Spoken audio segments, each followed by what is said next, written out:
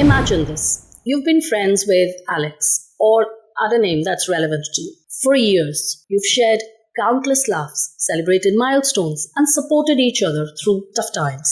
But lately, you've noticed something unsettling. Every time you hang out, you leave feeling drained and anxious, as if the joy has been snapped from you. You're wondering, is this friendship still serving me, or is it time to reconsider?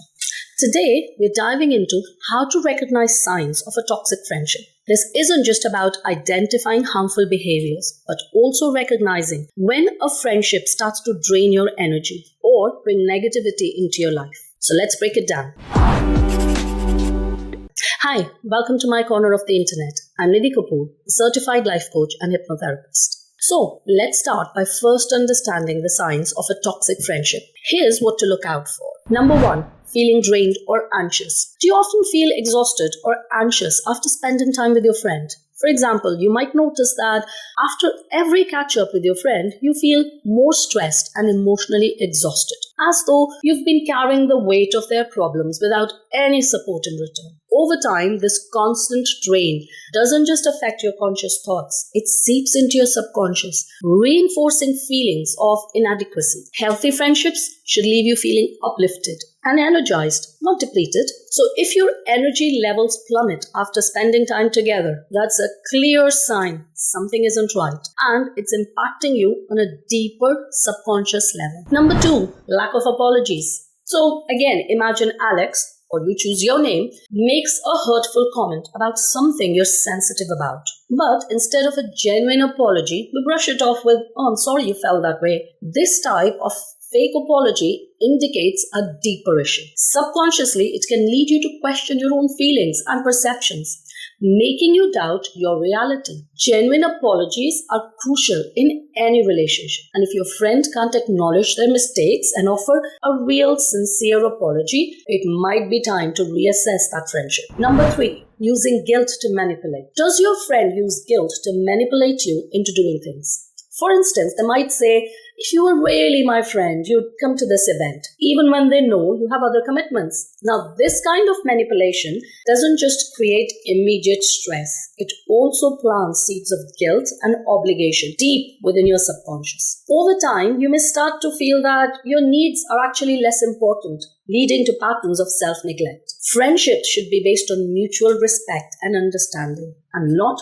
guilt trips. Number 4. Unresolved conflicts. Conflicts are natural, but what happens when they remain unresolved? Perhaps every time you try to address an issue, your friend becomes defensive or dismissive, shutting down any chance of resolution. You see, this unresolved tension doesn't just disappear, it lingers in your subconscious, creating a sense of unease and tension that can affect other areas of your life. If attempts to resolve conflicts consistently fall flat, it might indicate that the relationship is stagnating and negatively influencing your mental state. Number 5, feeling unsupported. You see, a true friend is someone you can rely on during tough times, right? But what if instead of offering support, your friend dismisses your struggles or offers harsh criticism? When this happens repeatedly, it can leave a lasting impact on your subconscious, making you feel isolated and unsupported in the world. If you no longer feel supported, especially when you need it the most, this can be a significant indicator of toxicity. A friend should be there to listen and offer comfort,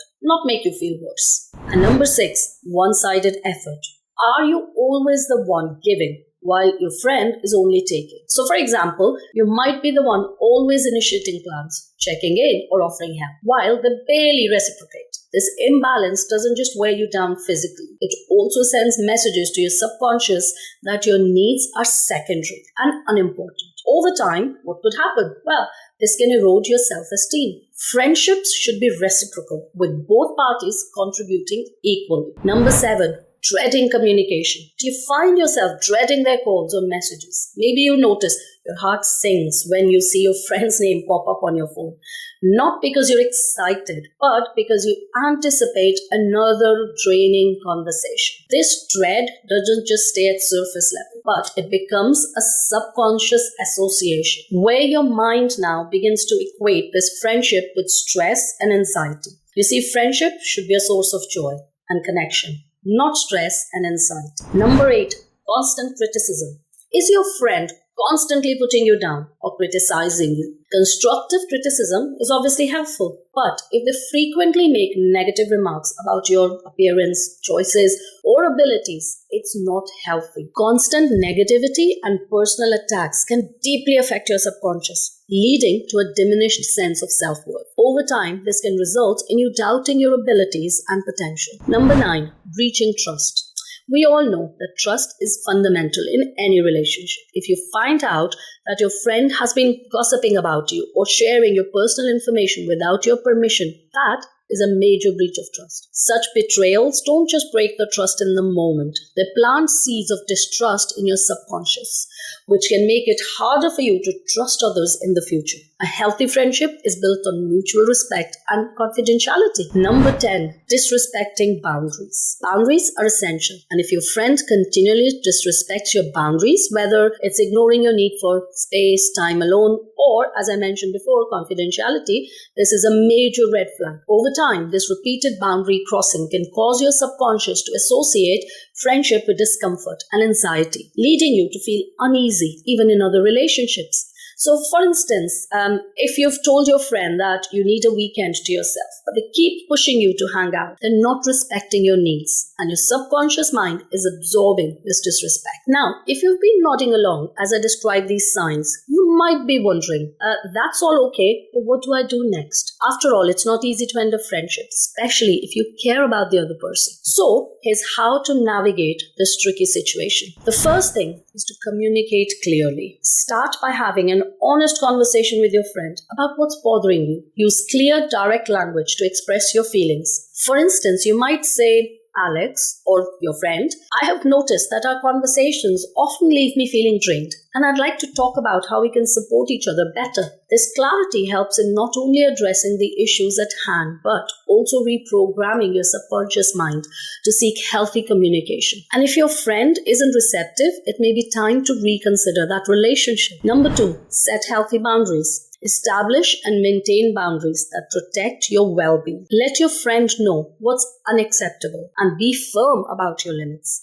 For example, if you need space, be clear about it. I need some time to focus on myself, and I'd appreciate if you could take a step back for a while. You see, setting boundaries isn't just about the present. It's about teaching your subconscious to prioritize your needs and your well-being. Boundaries are crucial for maintaining a healthy relationship. Number 3, practice emotional detachment. If you're not ready to end the friendship, but you just need space, practice emotional detachment. This might mean responding to messages less frequently or politely declining invitations that don't align with your needs. For example, instead of meeting up every weekend with your friend, you could reduce it, say, to once a month. Emotional detachment helps in healing your subconscious, allowing you to preserve your mental health while still maintaining some connection. Number 4, grieve the loss. Ending a friendship can be emotionally challenging. So allow yourself to grieve the loss of the relationship. It's normal to feel sadness, guilt, or even relief, and processing these emotions is an important step in moving on. Giving yourself permission to grieve helps your subconscious release any lingering attachments, and it begins the healing process. So give yourself the time and space to heal. And remember that it's okay to feel conflicted. Number 5, cut ties if necessary. If you've tried communicating, setting boundaries, and emotionally detaching without improvement, it might be time to cut ties completely. This can be incredibly difficult, especially if you're worried about hurting the other person. But remember, prioritizing your well-being is essential. Cutting ties can help your subconscious reset, allowing you to rebuild your sense of self without the toxic influence. It's okay to walk away from relationships that no longer serve you, even if it's painful in the short term. Remember, friendships should enhance our lives, not hinder them. So if you're experiencing any of these signs, trust your instinct and take the necessary steps to protect your mental and emotional health. And always be mindful of how these relationships impact your subconscious mind. It's the foundation of your overall well-being. That's it for this video. If you found it helpful, please don't forget to like, subscribe, and share it with anyone you might think would need this advice. And as always, leave your thoughts and experiences in the comments below. I absolutely love to hear from you. Thank you for watching. I'll see you in the next one. Till then, take care.